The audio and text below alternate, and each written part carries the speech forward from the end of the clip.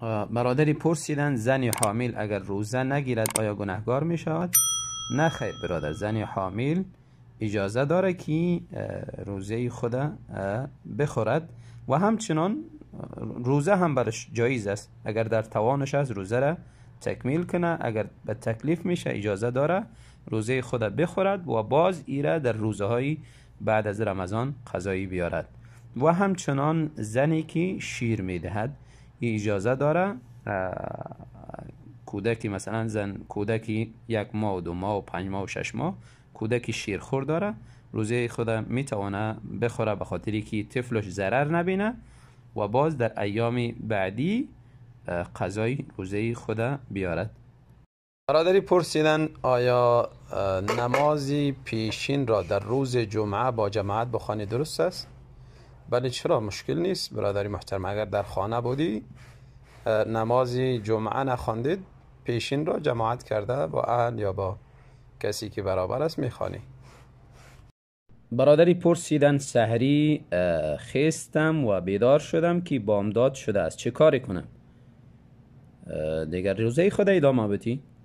از شب نیتی روزه داشتی اما موفق نشدی سحری بیدار شدی، روزه خود ادامه بدی. وقتی غروب شد باز روزه خود افطار کو و این روزه انشاءالله الله تعالی ازت قبول میکنه.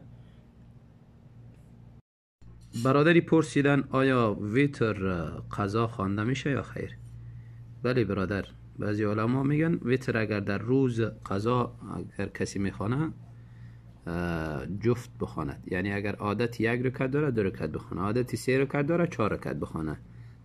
در روز اگر ویتر قضا میره، اما در شب تا قبل از طلوع فجر صادق، حتی تا قبل از نماز فجر هر وقتی برابر کرد ویتر را بخونه.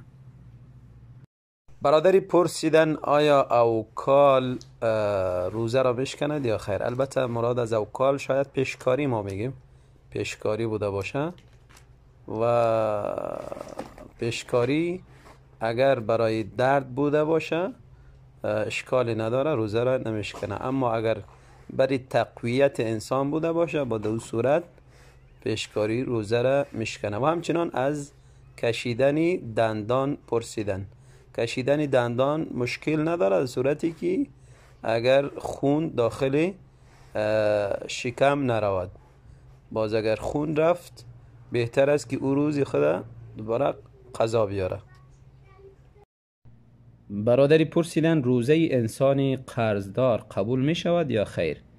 برادری محترم، قرض به روزه به نماز به اینها کدام ربطی نداره.